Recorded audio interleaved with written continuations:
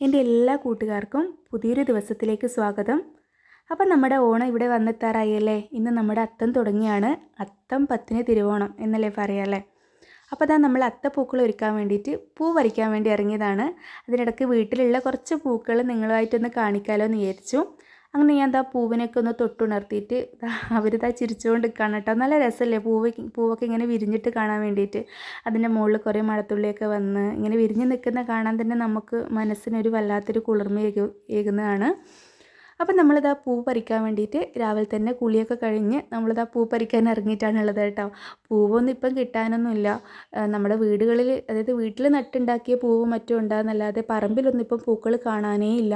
എന്നാലും കുറച്ചെങ്കിലും പൂവ് കിട്ടുമല്ലോ എന്ന് വെച്ചിട്ട് വലിയ സഞ്ചി എടുത്തിട്ട് ഇറങ്ങിയതാണ് കേട്ടോ. അതിൻ്റെ പകുതി പോയിട്ട് ഞങ്ങൾക്കൊരു കൈപ്പിടി നിറച്ചും പൂവ് കിട്ടിയിട്ടുണ്ടായിരുന്നില്ല കേട്ടോ.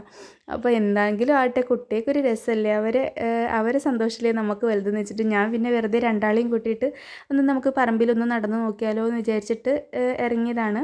അപ്പോൾ അതാ ഫസ്റ്റ് പൂവാണ് കേട്ടോ. കുറച്ച് പൂവ് കിട്ടിയിട്ടുണ്ടായിരുന്നു. അപ്പോൾ അതൊക്കെ വെച്ചിട്ട് ഇടാലോ എന്ന് വിചാരിച്ചു. അപ്പോൾ അതാ എല്ലാവരും അത്തപ്പൂക്കൾ ഇടാനുള്ള എന്താ പറയുക തയ്യാറെടുപ്പിലായിരിക്കും എന്ന് വിചാരിക്കുന്നു. അങ്ങനെ ഓണത്തിനെ കുറിച്ചിട്ട് ചെറിയൊരു വിവരണം, അതായത് എനിക്കറിയുന്ന ഒരുപാട് ഐതിഹ്യങ്ങളുണ്ടല്ലേ നമ്മളെ കേരളത്തിൻ്റെ ദേശീയോത്സവമായിട്ടുള്ള ഓണത്തിന് ഒരുപാട് ഐതിഹ്യങ്ങളുണ്ട്. എനിക്കറിയാവുന്ന ഒരു കുഞ്ഞ് എന്താ പറയുക അറിവ് ഞാൻ നിങ്ങളുമായിട്ട് പങ്കുവെക്കാമല്ലോ എന്ന് വിചാരിച്ചു.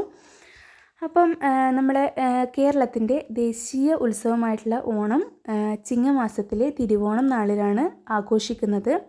അപ്പം നമ്മുടെ മലയാളികൾ എല്ലാവരും ഐശ്വര്യത്തിൻ്റെയും സമൃദ്ധിയുടെയും ഉത്സവമായിട്ടുള്ള ഓണം നമ്മുടെ മലയാളികൾക്ക് വിളവെടുപ്പിൻ്റെ ഉത്സവം കൂടിയായിട്ടാണ് അവർ ആഘോഷിക്കുന്നത്. അതായത് കേരളത്തിലുള്ള എല്ലാ മലയാളികളും വിളവെടുപ്പിൻ്റെ ഉത്സവം കൂടിയായിട്ടാണ് ആഘോഷിക്കുന്നത്. അപ്പോൾ കേരളം ഭരിച്ചിരുന്ന നമ്മളെ നീതിമാനായിട്ടുള്ള രാജാവ് ആരാ? നമ്മളെ രാജാവ് നമ്മുടെ മഹാബലി അല്ലേ. അപ്പോൾ നമ്മുടെ മഹാബലി തമ്പുരാൻ തൻ്റെ പ്രജകളെ കാണാൻ വേണ്ടിയിട്ട് പാതാളത്തിൽ നിന്ന് എല്ലാ വർഷവും ചിങ്ങമാസത്തിലെ തിരുവോണ നാളിൽ നമ്മുടെ നാട്ടിലേക്ക് എത്തും എന്നാണ് നമ്മുടെ മലയാളികളുടെ വിശ്വാസം.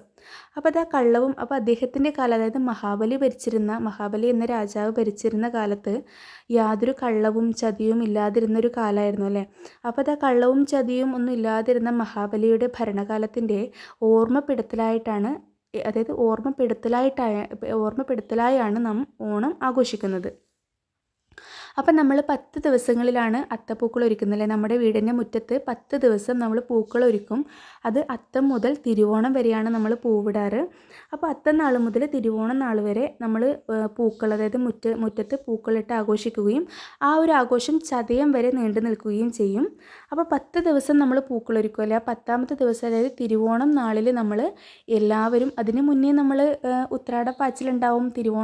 തിരുവോണ നാളിൽ നമ്മൾ സദ്യ ഒരുക്കാൻ വേണ്ടിയിട്ട് കുറേ പച്ചക്കറികളും ഒക്കെ വാങ്ങിയിട്ട് നമ്മൾ വീട്ടിൽ കൊണ്ടുവെക്കും. അതുപോലെ എല്ലാ വീട്ടിലെ, അതായത് കുടുംബാംഗങ്ങൾക്ക് എല്ലാവർക്കും നമ്മൾ ഓണക്കോടി എടുക്കും.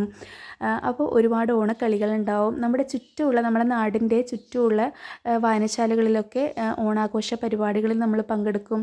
അങ്ങനെ നമ്മളൊരു ഉത്സവം പോലെ ആഘോഷിക്കുന്നതാണ് നമ്മുടെ ഓണം എന്ന് പറയുന്നത്.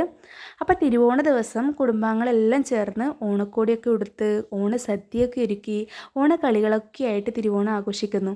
അങ്ങനെ മാവേലി നാട്ടിലെ നന്മകളൊക്കെ തിരിച്ചു വരണമെന്ന് ആശിച്ചുകൊണ്ട് ജാതിമത ഭേദമന്യേ കേരളീയർ ഓരോരുത്തരും, അതായത് ഒരേ മനസ്സോട് കൂടിയിട്ട് ഓണം ആഘോഷിക്കുകയാണ് ചെയ്യുന്നത്. ഇതാണ് എൻ്റെ ഒരു കുഞ്ഞറിവെന്ന് പറയുന്നത് കേട്ടോ. ഓണത്തിനെ കുറിച്ചിട്ട് ഏകദേശ രൂപം എന്ന് പറയുന്നത് ഇത് മാത്രമാണ്. അപ്പം അങ്ങനെ നമ്മുടെ അത്തം തുടങ്ങി. അത്തത്തിൻ്റെ ദിവസം നമ്മളത് ആ പൂക്കളൊക്കെ പറിച്ചിട്ട് ഒരു അത്തപ്പൂക്കൾ ഒരുക്കുകയാണ്. നമ്മുടെ കയ്യിലുള്ള പൂക്കളൊക്കെ വെച്ചിട്ട് നമ്മളത് ആദ്യത്തെ ദിവസം പൂവിടാൻ വേണ്ടിയിട്ട് പോവാണ്. അങ്ങനെ 2ാമത്തെ ദിവസം കുറച്ചുകൂടി വലുപ്പമുണ്ടാകും. തിരുവോണ നാളെത്തുമ്പോഴത്തേക്കും വലിയൊരു പൂക്കൾ ഒരുക്കും നമ്മൾ. തിരുവോണ നാളിൽ വലിയ പൂക്കൾ ഒരുക്കുകയാണെന്നും പൂക്കളൊന്നും ഉണ്ടാവില്ല. അപ്പം നമ്മളെന്താ ചെയ്യുക, കടകളിൽ പോയിട്ട് വാങ്ങിയിട്ട് അങ്ങനെ ഓരോ ഡിസൈൻ വീതം പൂക്കള മത്സരമൊക്കെ ഉണ്ടാവില്ലേ നമ്മുടെ നാട്ടിൽ, വായനശാലേൻ്റെ വകയുണ്ടാകും. അതുപോലെ സ്കൂളുകളിലൊക്കെ നമ്മുടെ ഓർമ്മ എന്ന് പറയുന്നത് സ്കൂളുകളിലൊക്കെ പൂക്കള മത്സരം സംഘടിപ്പിക്കും. ഒരുപാട് ഓണപ്പാട്ടുകൾ, ഓണമത്സരങ്ങൾ ഉണ്ടാകും. അതൊരു രസം തന്നെയല്ലേ. കുട്ടിക്കാലത്തൊക്കെ നമുക്ക് ഓർമ്മിച്ചെടുക്കാൻ പറ്റുന്ന ഒരുപാട് അനുഭവങ്ങൾ ഓണത്തെക്കുറിച്ച് പറയുമ്പോൾ നമുക്ക് ഉണ്ടാവും. അപ്പോൾ അതാ നമ്മൾ കുഞ്ഞൊരു പൂക്കളം ആച്ചോട്ടനും ആരോട്ടനും കൂടിയിട്ട് പൂക്കളം ഒരുക്കിയിട്ടുണ്ട്. പൂക്കളം എന്ന് വെച്ചാൽ ഒരു അത്തപ്പൂക്കളം, അത് ഫിനിഷിങ് ആയിട്ടില്ല കേട്ടോ, അവരിട്ടതാണിത്. അവരെന്നല്ല, ഞാനും കൂടി ഇട്ടതാണ്. ഉള്ള പൂക്കൾ വെച്ചിട്ട് നമ്മളൊരു കുഞ്ഞ് അത്തപ്പൂക്കളം ഒരുക്കിയിട്ടുണ്ട്. അപ്പം നമ്മുടെ അത്തപ്പൂക്കൾ റെഡി ആയിട്ടുണ്ട്. ഇതാണ് ഓണത്തിനെ കുറിച്ചിട്ട്. ഇന്നൊരു അത്തമായിട്ട് ഞാനൊരു വീഡിയോ എടുക്കാമല്ലോ എന്ന് വിചാരിച്ചു. അപ്പോൾ എനിക്ക് അറിയാവുന്ന ഒരു അറിവ് ഞാൻ നിങ്ങളുമായിട്ടൊന്ന് പങ്കുവെക്കാമല്ലോ എന്ന് വിചാരിച്ചു. അങ്ങനെ ഇതാ ആച്ചൂട്ടനും ആരൂട്ടനും ആ പൂക്കൾ അത്ര ഇഷ്ടമായിട്ടില്ല കേട്ടോ. എന്നോട് പറഞ്ഞു വലിയ പൂക്കളം ആക്കറോ എന്ന് പറഞ്ഞു. അപ്പോൾ നമുക്കൊരു അടുത്ത ദിവസം വലിയ പൂക്കളായിട്ട് കാണാം. എല്ലാവരും ഞങ്ങളുടെ ചാനലിൽ ലൈക്ക് ചെയ്യണേ, സബ്സ്ക്രൈബ് ചെയ്യണേ, എല്ലാവരും ബെല്ലൈക്കൺ അട്ടി പൊട്ടിക്കണേ.